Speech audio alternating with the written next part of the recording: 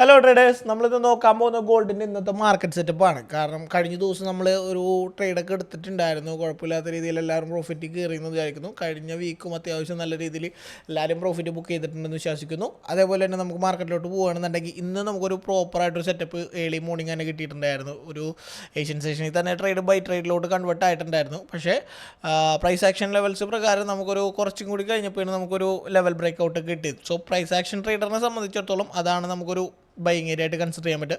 പക്ഷേ നമ്മൾ ആ ഒരു വെള്ളിയാഴ്ച ഉണ്ടായിരുന്ന ആ ഡിപ്പിൽ തന്നെ നോർമലി നമ്മൾ ബൈ ഇട്ടുണ്ടായി. അതേപോലെ കമ്മ്യൂണിറ്റിയിൽ നമ്മൾ ഷെയർ ചെയ്തിട്ടുണ്ട് 2850 എന്ന് പറയുന്ന റേഞ്ച് പൊട്ടിയാൽ മാത്രമേ ഞാൻ സെല്ല് ചെയ്യുള്ളൂ എന്ന് പറഞ്ഞിട്ടുണ്ടായി. അതേപോലെ തന്നെ അതാണ് അതിൻ്റെ ഒരു മേജർ സപ്പോർട്ടായി ഞാൻ കൺസിഡർ ചെയ്തിട്ട്.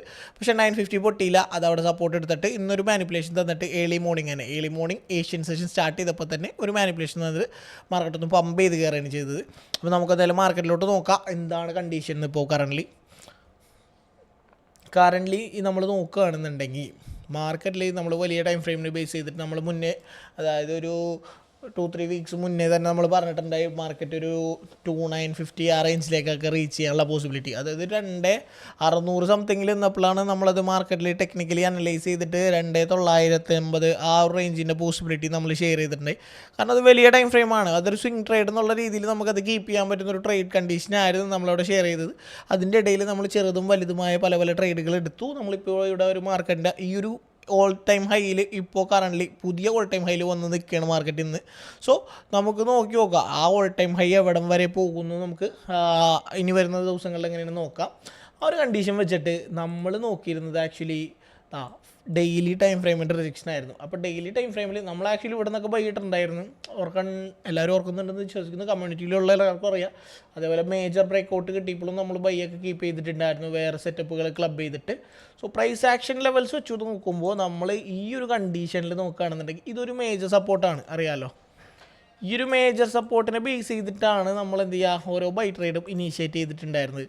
സോ ഇതിൻ്റെ മാർക്കറ്റ് ലെവൽ ഓഫ് റിജക്ഷൻ എന്ന് പറയുന്ന ലെവൽസാണ് നമുക്ക് ഫൈൻഡ് ഔട്ട് ചെയ്യേണ്ടത്. ഇതൊരു പാരലൽ ചാനൽ വെച്ചിട്ട് നമുക്കൊരു ട്രെൻഡ് സോൺ ഈസി ആയിട്ട് ഫൈൻഡ് ഔട്ട് ചെയ്തു.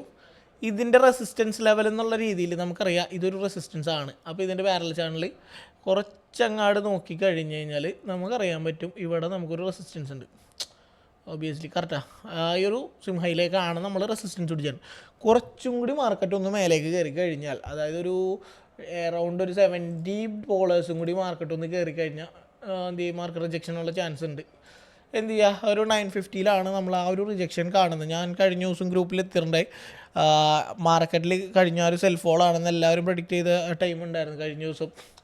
കഴിഞ്ഞ വീക്കിൽ തുടങ്ങി ഈക്വൽ ഹൈസ് അടിച്ചു മാർക്കറ്റ് ഡൗണിലൊക്കെ വരുന്നു. പക്ഷേ ഞാൻ പറഞ്ഞതിനുള്ള റീസൺ ഇതാണ്. ഞാൻ 950, അതായത് മാർക്കറ്റ് 2950 എത്താതെ ഞാൻ സെല്ല് ചെയ്യില്ല എന്ന് പറയാനുള്ള റീസൺ ഇത് തന്നെയാണ്.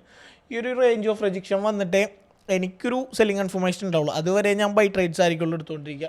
സോ കാരണം ഞാൻ ട്രെൻഡിനെ അഗെയിൻസ്റ്റ് അധികം ട്രേഡ്സ് എടുക്കാറില്ല. ഇപ്പോൾ എനിക്കറിയാം ഇതൊരു ട്രെൻഡിങ് മാർക്കറ്റാണ്. സോ ഓബിയസ്ലി എൻ്റെ ഒരു റെസിസ്റ്റൻസ് ലെവൽ എന്ന് പറയുന്നത് 2950 ആണ്.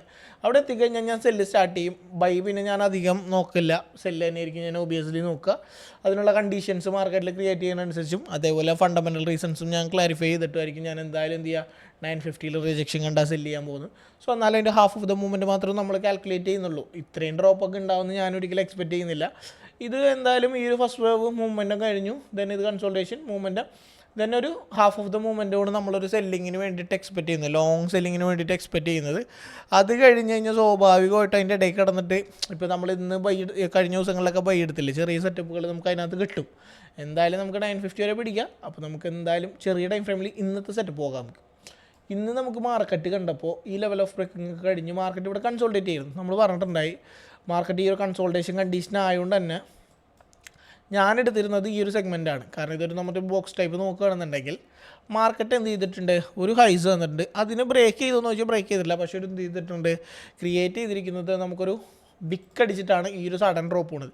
ഇതെല്ലാവരും സെല്ലാണെന്ന് എക്സ്പെക്റ്റ് ചെയ്യാനുള്ള, ഇൻക്ലൂഡിങ് ഞാനും വിചാരിച്ചിട്ടുണ്ടായി ആ സെൽ മൂവ്മെൻറ്റ് കണ്ടിന്യൂ ചെയ്യണമെങ്കിൽ മാർക്കറ്റ് നല്ലൊരു സെല്ല് പോകുന്നു. കാരണം 1 അവറിൽ ഇതാ ഈ ഒരു ഹൈ ലെവൽസ് മാനിപ്പുലേറ്റ് ചെയ്തിട്ട് നല്ലൊരു ബ്രേക്ക് കിട്ടി. പക്ഷേ നമുക്കവിടെ സ്ട്രക്ചർ ബ്രേക്ക്, ഞാൻ പറഞ്ഞു മാർക്കറ്റ് സ്ട്രക്ചറിന് ഞാൻ എപ്പോഴും ഇമ്പോർട്ടൻസ് കൊടുക്കാനുള്ള റീസൺ അതാണ്. എനിക്കിവിടെ ഒരു സ്ട്രക്ചർ ബ്രേക്ക് കിട്ടിയിട്ടുണ്ടായില്ല. പ്രീവിയസ്ലി ഉണ്ടായിരുന്ന ഈ ഒരു സ്വിംഗ് ലോയുടെ സ്ട്രക്ചർ എനിക്കിവിടെ ബ്രേക്ക് കിട്ടാത്തതുകൊണ്ട് മാത്രം ഞാൻ എന്ത് ചെയ്ത് അത് സെല്ലിനോട് കൺഫർമേഷനായിട്ട് എടുത്തില്ല.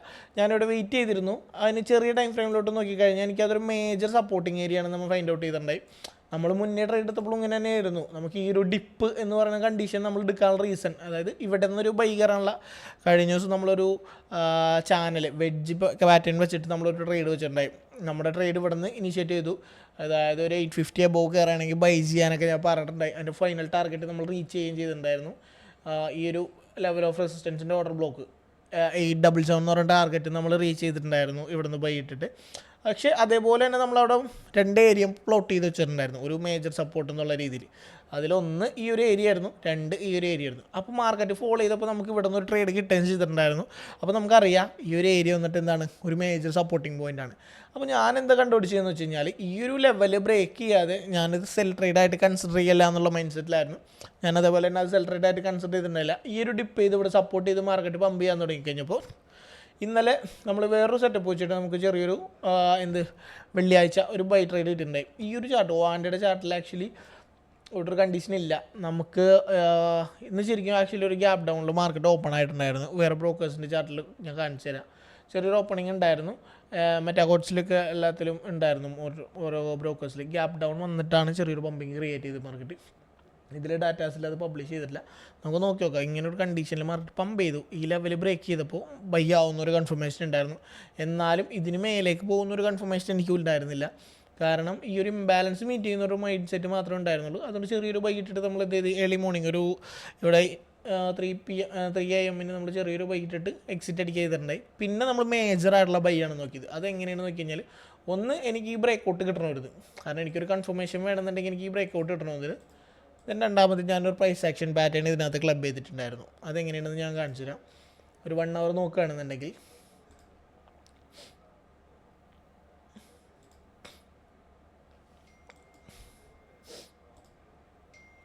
ഈ ഒരു ലെവൽ ഓഫ് റെസിസ്റ്റൻസ് ആണ് നമ്മൾ ഫൈൻഡ് ഔട്ട് ചെയ്തത്. ഇത് ബ്രേക്ക് ചെയ്താലാണ് ഞാൻ ബൈ ഇനിഷ്യേറ്റ് ചെയ്താക്കുന്നത്.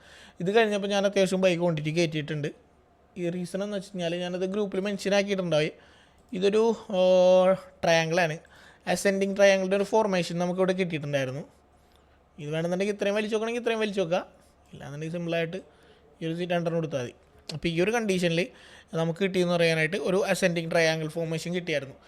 ഇത് ബ്രേക്ക് ഔട്ട് ചെയ്തപ്പോൾ ആണ് നമ്മൾ പിന്നെ ഒരു രണ്ടാമത് റീ എൻട്രി ബൈ എടുത്തിരിക്കുന്നത്.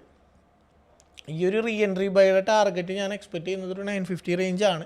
2920, അതേപോലെ തന്നെ അതിൻ്റെ ഫുൾ ടാർഗറ്റ് 950 ഈ റേഞ്ചിലേക്കാണ് ഞാനൊരു ടാർഗറ്റ് എക്സ്പെക്റ്റ് ചെയ്യുന്നത്.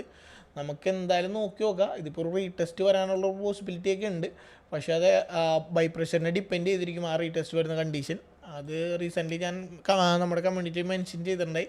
അതിൻ്റെ സെറ്റപ്പും കാര്യങ്ങളും ഞാനൊന്ന് ബ്രീഫ് ഔട്ട് ചെയ്തിട്ട് വേണമെന്നുണ്ടെങ്കിൽ പിക്ചറൈസ് ആയിട്ട് മെൻഷൻ ചെയ്തേക്കാം. കൂടുതൽ ഡീറ്റെയിൽസ്, അതായത് ട്രേഡ് റിലേറ്റഡ് ആയിട്ടുള്ള എന്ത് ഡീറ്റെയിൽസിന് വേണമെങ്കിലും നിങ്ങൾക്ക് തന്നെ കോൺടാക്ട് ചെയ്യാവുന്നതാണ്. നമ്മുടെ കോൺടാക്ട് ഡീറ്റെയിൽസും കാര്യങ്ങളോട് മെൻഷനാണ്. അതേപോലെ തന്നെ കമ്മ്യൂണിറ്റി ആക്സസും കാര്യങ്ങളും ഫ്രീ ഓഫ് കോസ്റ്റ് ആയിട്ടാണ് നമ്മൾ പ്രൊവൈഡ് ആക്കുന്നുണ്ട്. അപ്പോൾ അതിൽ നിങ്ങൾക്ക് ജോയിൻ ചെയ്യുക. അതിൻ്റെ ലിങ്ക് ഞാനിവിടെ കൊടുത്തിട്ടുണ്ട്. സോ എന്തായാലും ഈ ഒരു ട്രേഡ് ഇവിടം വരെ റീച്ച് ചെയ്യുന്ന കണ്ടീഷന് നമുക്ക് എന്തായാലും ഉണ്ടാവും. സോ ഇൻ കേസ് എനിക്ക് കൺസൾട്ടേഷൻ പിടിച്ചാൽ പോലും ഈ ഒരു 940 950 എന്ന് പറയുന്ന ടാർഗറ്റ് റേഞ്ച് മാർക്കറ്റ് എന്തായാലും റീച്ച് ചെയ്യും. സോ നമുക്കത് വെയിറ്റ് ചെയ്ത് കാണാം. സോ വീണ്ടും ഒരു ഇൻഫോർമേറ്റീവ്സ് ആയിട്ടുള്ള മാർക്കറ്റ് അനാലിസിസ് വീഡിയോസായിട്ട് വീണ്ടും കാണാം. So by.